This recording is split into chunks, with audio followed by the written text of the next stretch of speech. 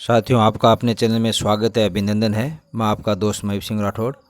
साथियों, जैसे आज का विषय है, आपको जो मेरे स्क्रीन पर दिखाई दे रहा है, परिवीक्षा काल में अवकाश, अर्थात जो अवैतनिक व साधारण अवकाश जो परिवीक्षा काल में जिन कार्मिकों ने लिया है उन्हें अप्रूव्ड हेतु साथियों स्टाफ विंडो से अब शाला दर्पण से ऑनलाइन अप्लाई करना होगा।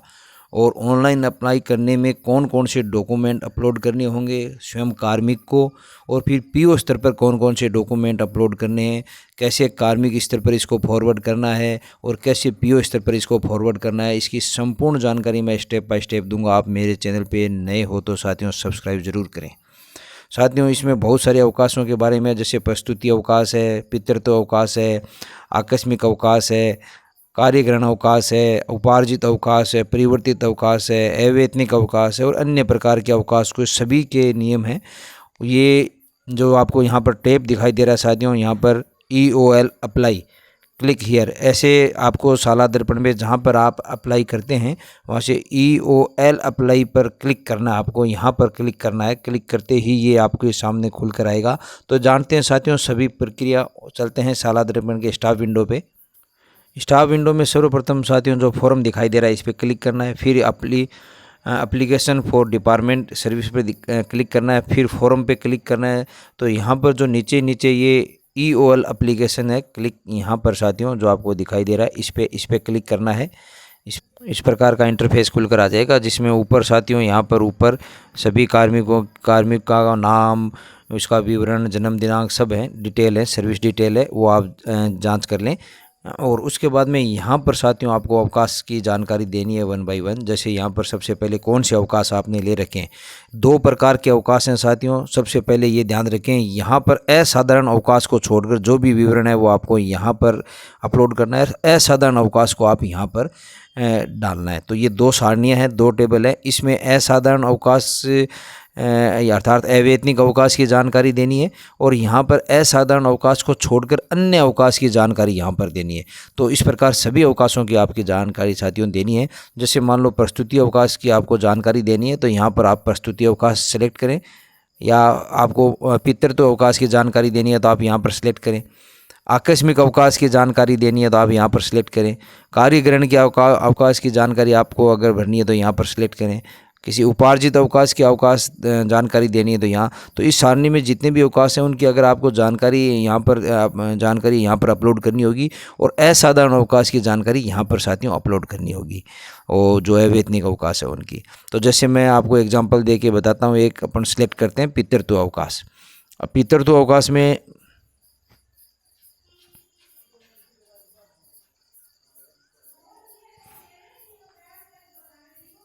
तो जैसे साथियों मैंने यहाँ पर जानकारी भर दी कि 1/11/25 से मैंने 15/11/25 से अगर मान लो पितृत्व अवकाश लिया है, तो इन पितृत्व अवकाश की संख्या होगी 15 ही लेते हैं साथियों। और फिर ये सेव यहाँ पर कर देंगे। जैसे ही सेव कर देंगे ये यहाँ पर सेव होके नीचे शो होने लग जाएगा अपन को। उसी प्रकार अब कोई अन्य अवकाश है, जैसे मान लो कोई दूसरा अवकाश भी अपन ने लिया इसके साथ, यानी आकस्मिक अवकाश साथियों। तो आकस्मिक अवकाश तो सभी कार्मिक लेते हैं, उसका भी विवरण अपन को यहाँ पर भरना होगा। तो जैसे प्रथम वर्ष में आपने कितने लिया, तो प्रथम वर्ष पे आप क्लिक करें। क्लिक करने के बाद में अगर आधे दिन का अवकाश है यानी आधी CL है तो इसको सिलेक्ट करें, और अगर पूरी CL है तो आपको यहाँ से सिलेक्ट करनी होगी साथियों। डेट सिलेक्ट करनी होगी, CL का आपने कब ली यहाँ पर, और यहाँ पर सिलेक्ट करनी होगी कि कब से कब। जैसे 1 दिन की CL है तो यहाँ 1/11/25 से 1/11/25 हो जाएगी। अगर 2 दिन की CL है तो 1/11/25 से 2/11/25 हो जाएगी। तो यहाँ पर 2 दिन की CL आ जाएगी, और उसको सेव करते रहें। जैसे जितने भी आपने प्रथम वर्ष में जितनी CL ली है उसको 1 बाय 1 सेव करें। और अगर साथियों आधी CL ली है तो आप इस पर क्लिक करके और फिर डेट डालें। डेट सिर्फ यहाँ से कब से की डेट डालते ही यहाँ आधे दिन आ जाएगा साथियों। तो इस प्रकार आप प्रत्येक चीज़ों को यहाँ पर सेव करना होगा साथियों। फिर प्रथम वर्ष के जितने भी अवकाश आपने सेव कर दिए तो फिर द्वितीय वर्ष पे आप सेलेक्ट करें, और द्वितीय वर्ष के अवकाश इस प्रकार 1 बाय 1 यहाँ पर सेव करें। तो ये आकस्मिक अवकाश, प्रस्तुति अवकाश या फिर पितृत्व अवकाश जो भी ले रखे हैं वो आप यहाँ पर सेव करें। उसके बाद में साथियों सेकंड नंबर टैब पर आना अपन को अवैतनिक अवकाश सेव करने के लिए। तो अवैतनिक अवकाश कैसे करते हैं ये मैं आपको बता रहा हूँ। तो इस प्रकार साथियों मैंने 1 बाय 1 सारे अवकाश हैं वो सेव कर लिए हैं। अगर आप देखो तो ये प्रथम वर्ष है, सारे प्रथम वर्ष के अवकाश हैं। ये मैंने यहाँ पर सेव कर रखे हैं सारे, और अवकाश की संख्या यहाँ पर आ रही है साथियों। तो इस प्रकार आप सेव कर लें। फिर ये द्वितीय वर्ष के अवकाश हैं। ये द्वितीय वर्ष में कितने मैंने आकस्मिक अवकाश लिए, और यहाँ पर आधी CL है तो हाफ में टिक लगाया हुआ है, हाफ डे आ गया साथियों। तो ये हाफ डे भी अपन इस प्रकार सेलेक्ट कर सकते हैं। अगर किसी प्रकार का संशोधन करना हो तो डिलीट करके आप वापस कर सकते हैं साथियों। असाधारण अवकाश के लिए अर्थात अवैतनिक अवकाश के लिए आपको ये 2 नंबर कॉलम भरना है साथियों। प्रस्तुति अवकाश है, और यहाँ पर ये दिखा रखे हैं जैसे पितृत्व अवकाश है, आकस्मिक अवकाश है, कार्यग्रहण अवकाश, उपार्जित अवकाश है ना, और ये परिवर्तित अवकाश। इनके लिए तो ऊपर वाला टैब भरना है। और अवैतनिक अवकाश के लिए ये विशेष नीचे दे रखा है, अवैतनिक अवकाश आपने कब से कब तक लिया वो, और अवकाश आवेदन पत्र अभिशंसा सहित ये है वो यहाँ पर आपको अपलोड करना है। और यहाँ पर अवकाश का कारण लिखना है साथियों, और अपलोड रिलेवेंट डॉक्यूमेंट, यानी जो भी डॉक्यूमेंट है उससे संबंधित, अवकाश से संबंधित, वो यहाँ पर अपलोड करने हैं आपको। और यहाँ पर अवकाश पश्चात कार्य ग्रहण करने का प्रार्थना पत्र है वो यहाँ पर अपलोड करना है, और उसके बाद में सेव करना है। तो जैसे संबंधित कार्मिक ने 23/1/2024 से 5/2/2024 तक का अवकाश लिया हुआ 14 दिन का, उसमें अवकाश आवेदन पत्र यानी अवकाश की जो एप्लीकेशन लेते समय उसकी अभिशंसा सहित यानी PO की अभिशंसा सहित वो यहाँ पर अपलोड करना है। फिर यहाँ पर अवकाश का कारण बताना है साथियों, स्वास्थ्य कारणों से या निजी पारिवारिक कारणों से या अध्ययन हेतु। तो जैसे संबंधित जो भी है इसमें आप उपयुक्त चुनें, जो भी कारण है। स्वास्थ्य कारण मैं यहाँ सिलेक्ट कर लेता हूँ। फिर अपलोड रिलेवेंट डॉक्यूमेंट, यानी इससे संबंधित डॉक्यूमेंट है वो अपलोड करने, यानी जो यहाँ आप कारण देते हो, जैसे स्वास्थ्य कारण है तो वो स्वास्थ्य कारणों का यहाँ मेडिकल अपलोड करना होगा। निजी कारण है तो वो निजी कारण यहाँ पर उसका डॉक्यूमेंट अपलोड करना होगा यहाँ। और अगर कोई अध्ययन हेतु है तो अध्ययन हेतु का यहाँ पर जो डॉक्यूमेंट है वो साथियों अपलोड करना होगा।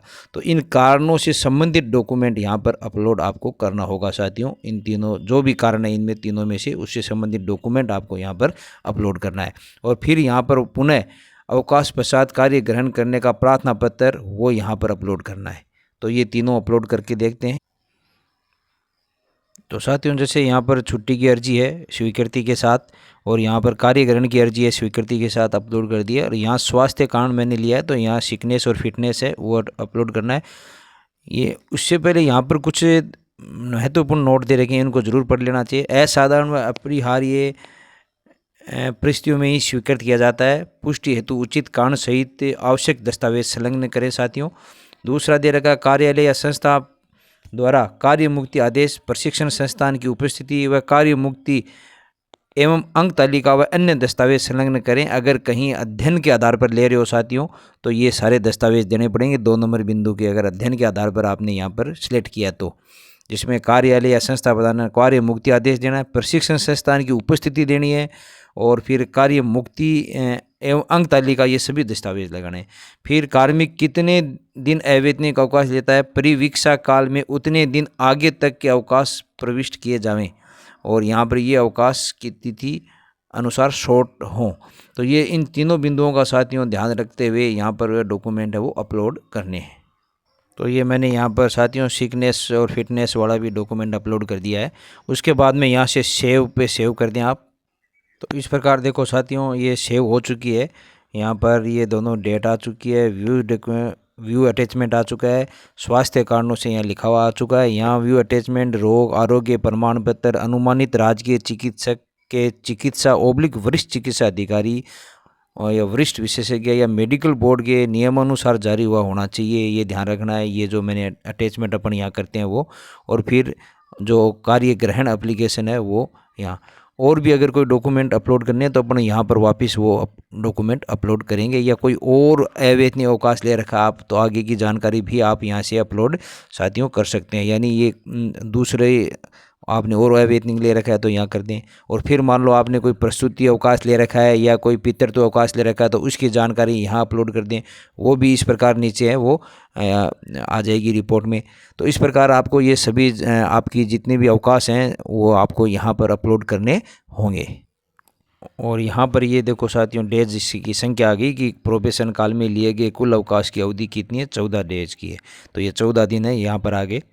और अगर आप ये और ले रखा आपने और ले रखा है तो सब टोटल हो के यहाँ पर आ जाएंगे लास्ट में। लास्ट में सारी जानकारी भर दी है साथियों। जैसे अपन ने ये पहला है वो पहला भी पूरा भर दिया यहाँ पर, और सारणी थी उसको, और सेकंड सारणी भी अपन ने पूरी यहाँ पर भर दी है। उसके बाद में सेव फॉर्म है, यहाँ से सेव फॉर्म अपन को करना है। तो संबंधित कार्मिक के मोबाइल पे यहाँ पर OTP जाएगी, वो OTP आप यहाँ से भर के सबमिट करेंगे तो वो PO फॉरवर्ड हो जाएगी। तो इस प्रकार डाटा सेव का मैसेज आएगा, डाटा सेव सक्सेसफुली, आप इसको क्लोज कर दें। फिर साथियों पुनः नीचे आते हैं, पुनः आप इसको देखें। अगर अपडेट करना चाहते हैं तो आप इस अपडेट पे क्लिक करें, और अगर आप लॉक फॉर्म करना चाहते हैं तो यहाँ से आप फॉर्म लॉक करें। तो अपडेट करने से पहले, लॉक करने से पहले साथियों, अपडेट फॉर्म को पुनः एक बार चेक कर लें। चेक करके अगर किसी प्रकार का संशोधन है तो आप अपडेट पे क्लिक करके संशोधन करें, और अगर फॉर्म सही भरा हुआ है तो आप इसको ध्यानपूर्वक देख के साथियों लॉक करें। तो साथियों जैसे ही आप फॉर्म को लॉक करोगे, लॉक फॉर्म पे क्लिक करोगे तो इस प्रकार का मैसेज आ जाएगा। क्या आप इस प्रविष्टि को अंतिम रूप से आगे अग्रेसित करना चाहते हैं? आप यस पे क्लिक करें। तो इस प्रकार OTP आएगी आपके मोबाइल पे, उस OTP को आप इंटर करें। OTP डाल के सबमिट करने के बाद में आ गया योर डाटा इज़ लॉक्ड, आप ओके कर दें। उसके बाद में प्रिंट का ऑप्शन आ रहा है साथियों, फॉर्म को आप प्रिंट कर लें यहाँ से, और इस फॉर्म को अग्रिम कार्रवाई के लिए आप यहाँ पर प्रेषित कर दें PO महोदय को। तो साथियों इसमें ये सभी जानकारी आ गई कि कैसे आप अपडेट करना है, कैसे लॉग करना है, कैसे भाई आधार OTP आपको इसको सबमिट करना है फॉर्म को। मैंने आपको संपूर्ण जानकारी दी। अब साथियों PO स्तर पे क्या करना है, वहाँ से आप कार्मिक पे जाएं साथियों। कार्मिक पे जाके ये यहाँ पर फॉर्म अप्रूव्ड करें, यहाँ पर ये दिखाई दे रहा है, इस पर क्लिक करें। इस पर जैसे ही आप क्लिक करेंगे इस प्रकार का इंटरफेस खुलकर सामने आ जाएगा। यहाँ पर आप ये जो आप करते थे, यहाँ पर लास्ट में साथियों EOL दे रखा है फॉर्म में, EOL करें, और यहाँ पर आप पेंडिंग फॉर्म करके और शो करें।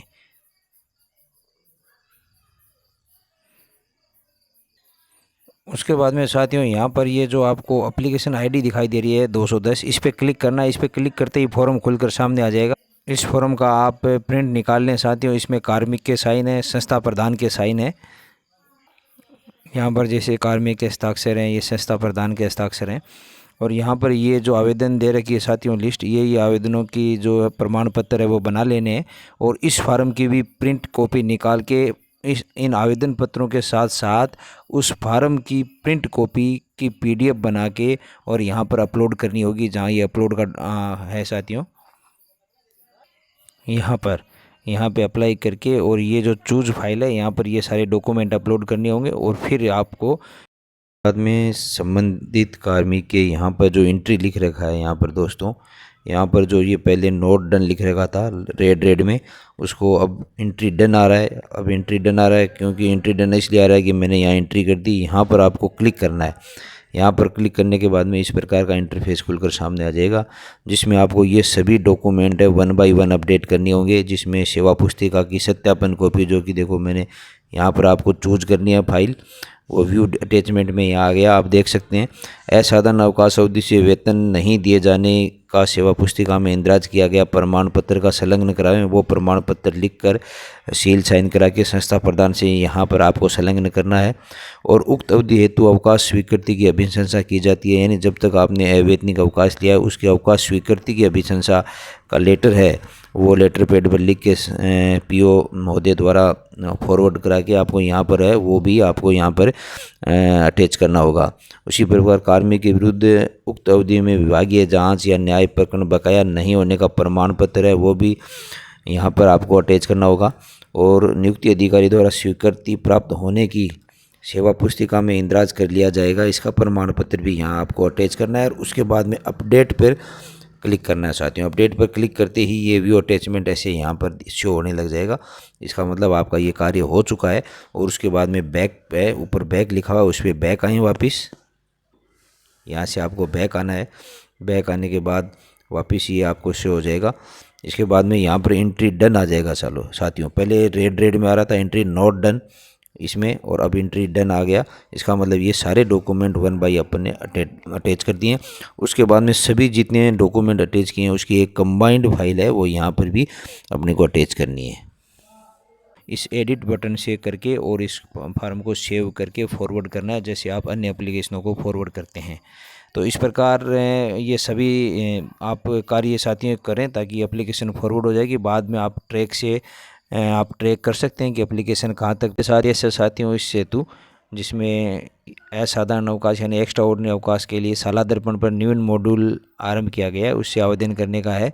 और इसमें जो कार्य सीमा है वो भी निश्चित कर रखी है कि कितने दिन, 3 दिवस में है वो संस्था प्रधान द्वारा यहाँ पर भेजना होगा। और उसके बाद में मुख्य ब्लॉक शिक्षा अधिकारी को 3 दिन में आगे भेजना होगा, और जिला शिक्षा या संयुक्त शिक्षा अधिकारी 15 दिन है, और निदेशक स्तर पे 15 दिन है। ये भी समय सारणी है वो निश्चित कर दी गई। फिर इसमें नियुक्त अधिकारी है, दिनों का अवकाश स्वीकृत करते हुए आवेदन प्रति अपलोड कर अप्रूव करें। यानी जितने नियुक्ति अधिकारी हैं जितने आवेदन दिनों की स्वीकृति कर सकते हैं, जैसे 30 दिन से कम, तो वो उतनी स्वीकृति करके और उसके बाद में वो जो आवेदन जो स्वीकृति दी है वो अपलोड करनी होगी इसको, और अपलोड कर अप्रूव करें। अप्रूव करने पर शेष अवकाशों के प्रकरण निदेशालय को ऑटो फॉरवर्ड हो जाएंगे। यदि नियुक्ति अधिकारी के अधिकार क्षेत्र से अधिक अवकाश हैं तो, जैसे अगर 28 दिन या 30 दिन के लिए रखें, 29 दिन के लिए रखें, तो साथियों वो नियुक्ति अधिकारी है वो ये स्वीकृत कर देंगे। जैसे तृतीय श्रेणी के लिए डीओ है और द्वितीय श्रेणी के लिए संयुक्त निदेशक है। जैसे यहाँ पर बता रखा है किसी कार्मिक ने 11/9/8 3 लीव ले रखी है स्टार्टिंग की, ये 28 दिन की है, वो अपॉइंटिंग अथॉरिटी है वो इसको अप्रूव कर देंगे। और उसके बाद में 9/9 और ले रखी है 2/9/9, तो वो 18 दिन की लीव है वो एचओडी पर ऑटोमेटिक फॉरवर्ड हो जाएगी। प्रति को इसके आदेश की प्रति जो अप्रूव्ड की, ये जो 28 दिन की है वो अप्रूव्ड की आदेश की प्रति है वो अपलोड करके और इसको अप्रूव करना होगा। अप्रूव करते ही ये आगे फॉरवर्ड साथियों हो जाएगा। तो इस प्रकार ये जितने दिन की जो अधिकारी कर सकते हैं उतने की अप्रूव करके और उसके बाद में अपलोड करके अप्रूव करते ही आगे ऑटोमेटिक फॉरवर्ड हो जाएगी शेष की, और जो फिर शेष हैं वो एचओडी द्वारा की जाएंगी। तो इस प्रकार ये सारी जानकारी साथियों मैंने आपको देने का प्रयास किया है। इसमें किसी प्रकार की अगर कोई समस्या हो तो आप कमेंट बॉक्स में कमेंट करें, अपन समस्या मिलकर हल कर लेंगे और एक नई जानकारी के साथ आपकी सेवा में हाजिर होऊंगा। तब तक धन्यवाद।